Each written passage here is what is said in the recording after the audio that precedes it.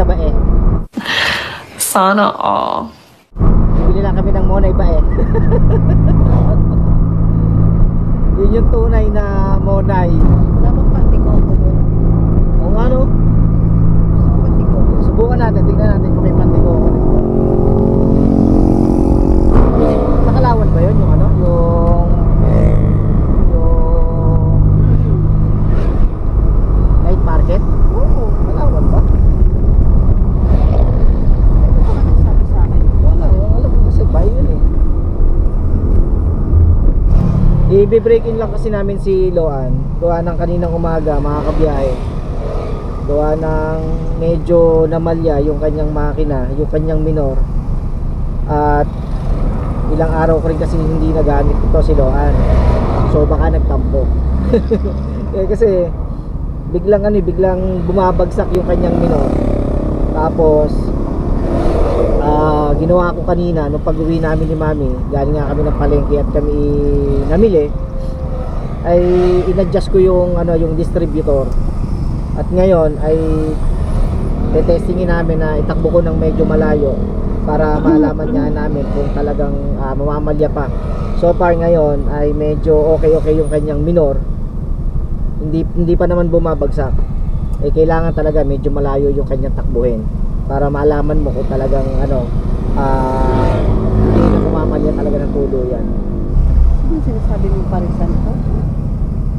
Ang parisan, Ay yung lugawan doon pa yung Lugawan. lugawan doon, lampas pa doon. bulaluhan wala dito. No? Ang bulaluhan yung dati diyan sa tapat. Tinanggal na yon, tapat niyan. Bulalo nga talaga. Oo, yun yung sa barkada nila barkada nila Amboy na Bading, yung player. Ngayon inilipat ngayon doon sa naman. Doon sa bago dumating doon sa pagawahan ng sasakyan. Dahil ang biyahe natin ngayon ay sa bae. Bibili lang kami ng ng Monay bae para lang may takbo ng medyo malayo. Hindi na kami mag-aircon. Para medyo tipid sa sa gas. Tipid naman talaga si Loan. Kaya lang syempre pagka hindi ka naka-aircon, mas tipid. Traffic pa rin mga kabiyahe. Ados na. Oo, bakit? Doon ano pa rin? Kahapon talagang tukod ang mga traffic sa mga sementeryo. Siyempre. Kung sino man yung mga lumuwas kahapon, tulad sila boss, lumuwas nga pala kahapon. Siguro naranasan nila yung tukod na traffic sa Los Baños. Kasi nga sa Los Baños ay 'di ba, yung sementeryo sa Los Baños ay tabing highway lang. Yung bago dumating ng original Buko Pie, 'di ba? Ay napakaliit pa ng kalsada ron, ginagawa pa. E di lalo na ang isa pa rin kasi naming lakad sa bae mga kabiyahe ay meron kaming kukuhanin na magagamit ko sa pagka-camping natin. So may post sa marketplace na mura lang yung camping chair mga kabiyahe. Dalawa yung in-order ko sa kanya na camping chair. Sayang kasi 'di ba mga kabiyahe yung pagkakataon na may magbebenta ng ganong kamura.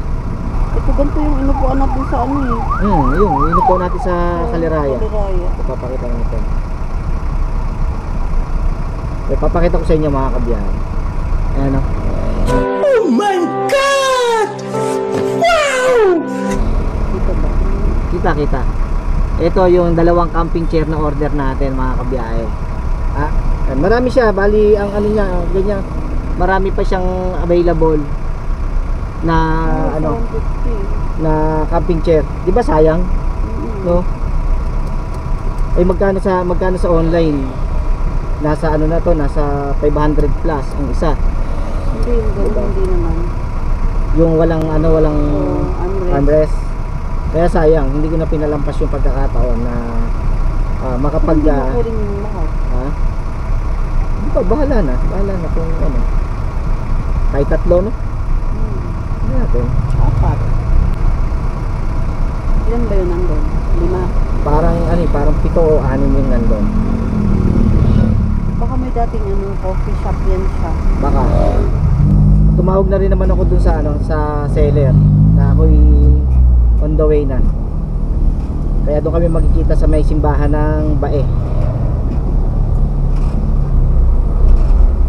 Talagang tungkod ang traffic. Oo, sa mall. Baka sa mall to. Hanggang mall siguro to.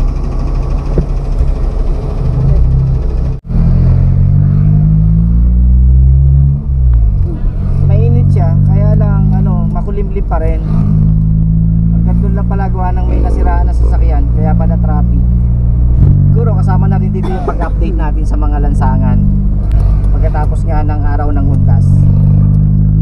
Pero bukas pa ang di ba? Ang luwasan Ngayon luwasan na rin ba? Sabagay, gawa ng bukas may pasok na eh. Luwag dito sa may mall. Luwag eh. Ewan ko lang dito sa pila kung luwag gawa ng tabing highway din yung cemetery nila doon. Yung iba may armrest 170 doon. 170. Oo. Siguro dalawa nito tsaka isang may armrest lang.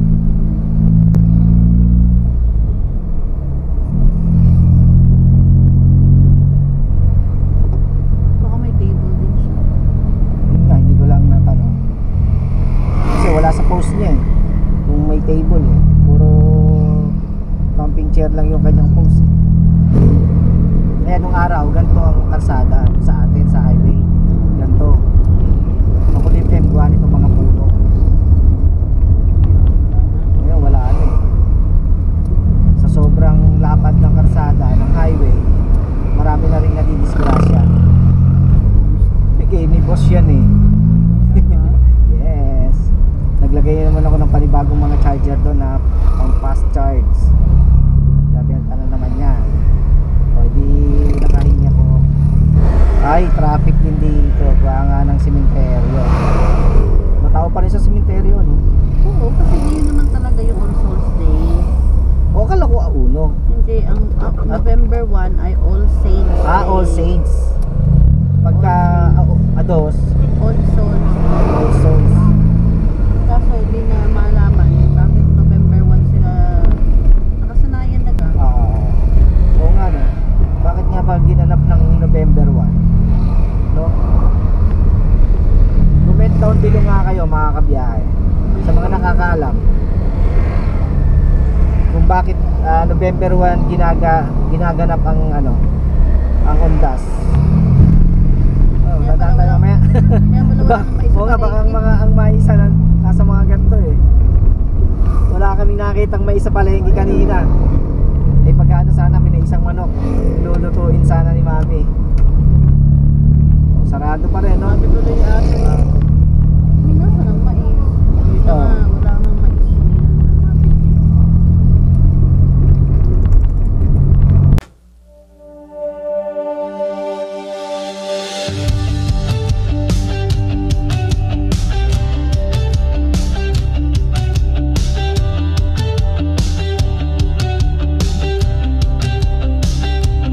Si Tito Pog sa kalsada, motor ang kasama, helmet suot, camera ang hawak niya.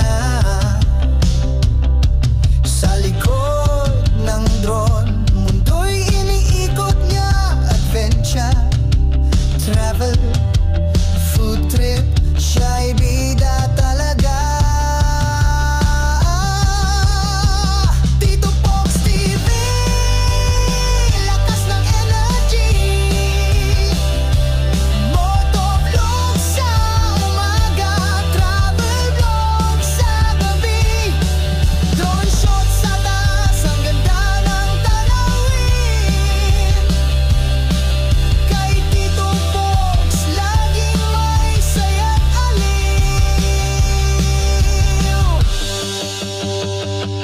Nasa bundok man o sa tabi ng dagat, laging handa. Walang oras na sayang. Full trip galore, kahit anong ulam, kasama ang motor. Yun nga mga kabiyahe.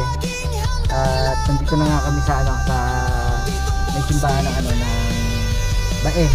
At hinihintay ko lang yung seller nung camping chair mga kabiyahe. Para makita natin kung okay pa ba yung itsura ng upuan. At sana okay pa. Para naman sa ganun ay matagal-tagal pa rin naman natin magamit. Kahit nabili natin ng mura ay matagal pa rin natin magamit mga kabiyahe. Talagang napakalaking bagay yon na magagamit natin sa ating pagka-camping. So hintay-hintay lang natin. Nag-text na naman ako, sabi ko nandito na ako. So si mami ay nagpasok na sa simbahan. So hintay lang tayo mga kabiyahe. So yun mga kabiyahe, bali nakuha ko na nga kay sir yung upuan na hinintay natin dito sa bae. Ayun, nandito na nga tayo sa bae at nakuha ko na nga po yung upuan mga kabiyahe. At ito na yung upuan na pinapangarap natin. Pagdating sa bahay ay papakita ko sa inyo mga kabiyahe. Gawa nga ng yun, hindi ko na isinama si sir sa vlog kasi siyempre hindi ka pwedeng mabidyohan, kaya hindi ko na isinama. Pero binigyan tayo ng malaking discount mga kabiyahe.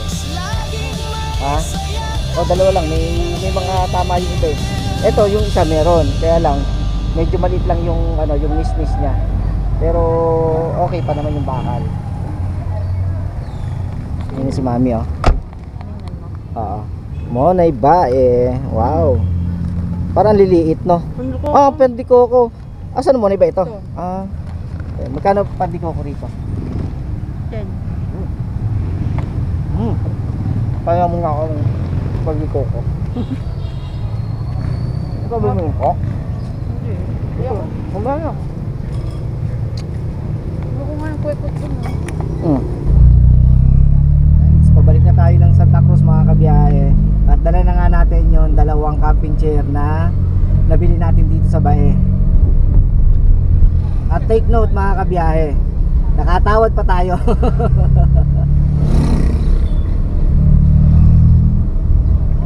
Kung yung presyo niya ay napakamura na, ay natawaran pa. Bali dalawa lang naman yung kinuha ko mga kabiyahe.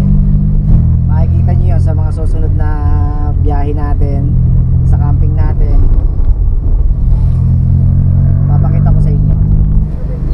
Tapos syempre hindi na rin natin pinalampas yung pagkakataon na nandito tayo sa bae at bumili si Mami C ng Monay bae.